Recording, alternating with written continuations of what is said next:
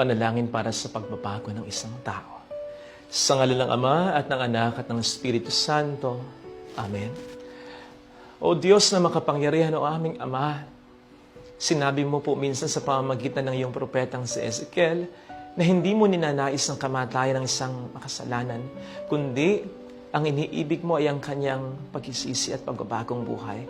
Ganito rin po, aming Ama, ang ninanais at ipinagdarasal namin para kay. Pakibanggit po ang pangalan ng taong gusto natin magbago. Pakialaala din sa ating isipan ang kanyang mukha, lalo na ang kanyang mga nagagawang pagkakasala. Makita nawa niya, o aming Ama, na sa kanyang ginagawa, wala siyang ibang sinisira unang-una kundi ang kanyang sarili. Hindi lamang kanyang katawan, ang kanyang kalusugan, kundi ang kanyang katauhan, ang dating siya. Siya yung dating mapagmahal, mapagkalinga, makapamilya, may pangarap sa buhay, responsable, magalang, may respeto, magaling makisama. Kung bakit sa isang idlap ay nagbago, hindi na siya yung dati naming nakakasama. Oh Lord, nami-miss namin siya. Sobra. Sana maging ganun din siya.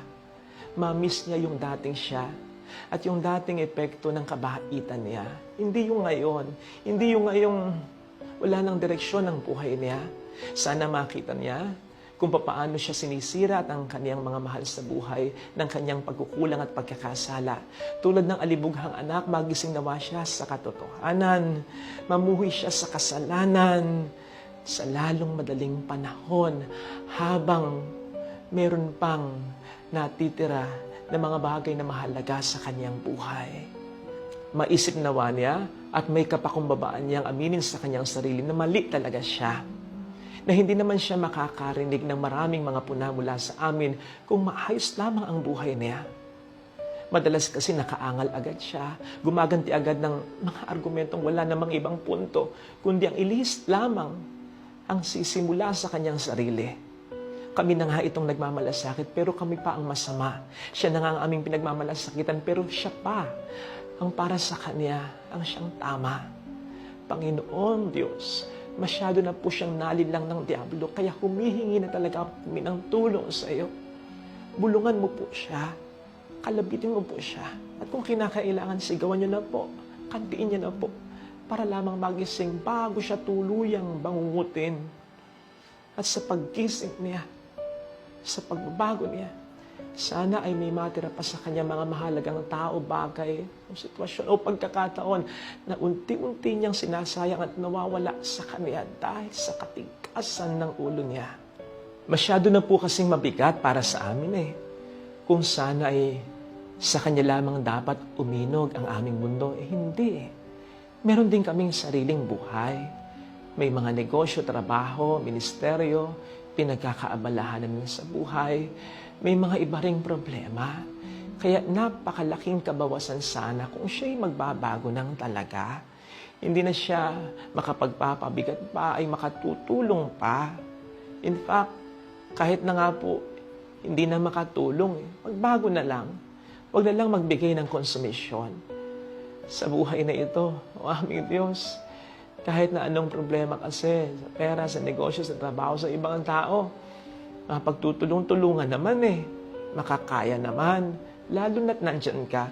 Pero napakahirap pala kapag ang problema ay gagaling sa isang tao na inaasahan mo dapat ay kakampi mo, kasama mo sa pagharap ng problemang ibibigay ng mundo. Pero siya pang numero unong nagpapabigat sa buhay mo. Kung sana'y pwede mong tiisin, kung sana'y pwede nilang naming hindi tangkilikin, palayasin, or sa mahabang panahon ay hindi na talaga kibuin. Hindi Pamilya pa rin namin, mahal pa rin namin.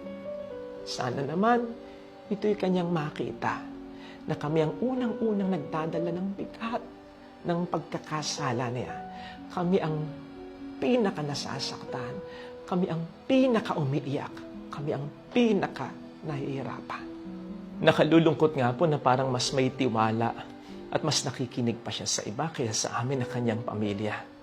Sino pa ba, Panginoon, ang bukod sa iyo mananatili sa kanya sa huli kapag wala na ang lahat sa kanya, kundi kami pa rin naman. na tunay na nagmamalasakit sa Kanya. Tapos kami ang ganito mas pinahihirapan niya. Sana, Panginoon, makita niya na ang totoong pagmamahal ay hindi yung pangkonsinti sa Kanya ng mga taong nakikinabang sa kung ano man ang meron siya, kundi yung pagbawal namin sa Kanya sapagkat gusto pa namin maging maayos ang buhay niya at mas matagal pa namin siyang makasama. Kaya naman bilang panghuli, bagamat napaka-importante pa rin naman, ay pinagdarasal din po namin, Panginoon, ang mga taong tulad namin ay nahihirapan, pero patuloy pa rin nagdarasal para sa pagbabago ng kanilang mga minamahal. Tulungan mo po kami, Panginoon, pare-pareho. Dagdagan mo ang aming pananampalataya, palawakin mo ang aming isipan, patatagin mo ang aming kaluluwa, pahabain mo po ang aming pasensya, palakihin mo ang aming puso para mas makapagmahal at mas makapagsakripisyo pa. Huwag nawa kaming mawawalan ng pag-asa at patuloy naman ang palataya na ang aming mga ipinagdarasal ay makapagbabago pa. Na po pwedeng ma-delay lang o po pwedeng hindi na talaga kung kami mag-give up na sa kanila. Kaya tulungan mo po kami, Panginoon, na patuloy na maging tulay ng pagbabago nila. Tulungan mo po kami. Ito'y aming isinasamo sa iyong pangalan ngayon at magpa sa walang hanggan. Amen. Sa ngalan ng Ama at ng Anak at ng Espiritu Santo. Amen.